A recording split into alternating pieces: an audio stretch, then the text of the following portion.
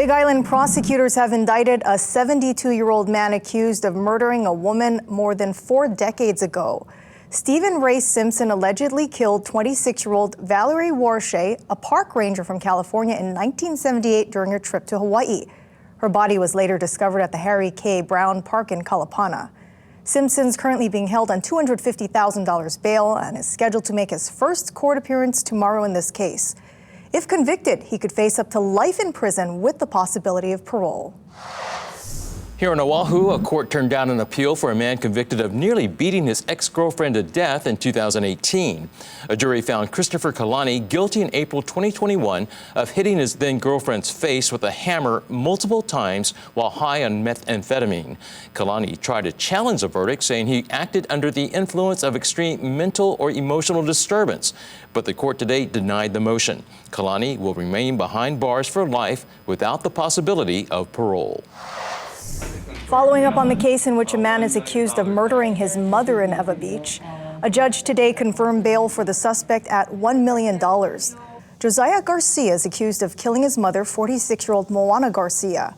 Court documents filed today show that Garcia allegedly shot his mother in the face last Friday in their home. He then called his great aunt for help and then dialed 911 and then told the dispatchers he killed his mom. Garcia is scheduled to be back in court on Thursday. On the Big Island, a murder suspect accused of killing another man with a bow and arrow will now undergo a mental examination. Cameron Stewart today pleaded not guilty to murder. Court documents filed today show Stewart admitted to his brother-in-law that he shot and killed a man known as Hacker last Wednesday with a bow and arrow. And police later found Hacker slumped over in a wheelchair in front of a home in Hawaiian Beaches. An autopsy report shows Hacker died of more than 10-inch deep wound from an arrow that punctured his lung, neck, and his rib cage. Stewart's being held on $1 million bail and is scheduled to be back in court in August.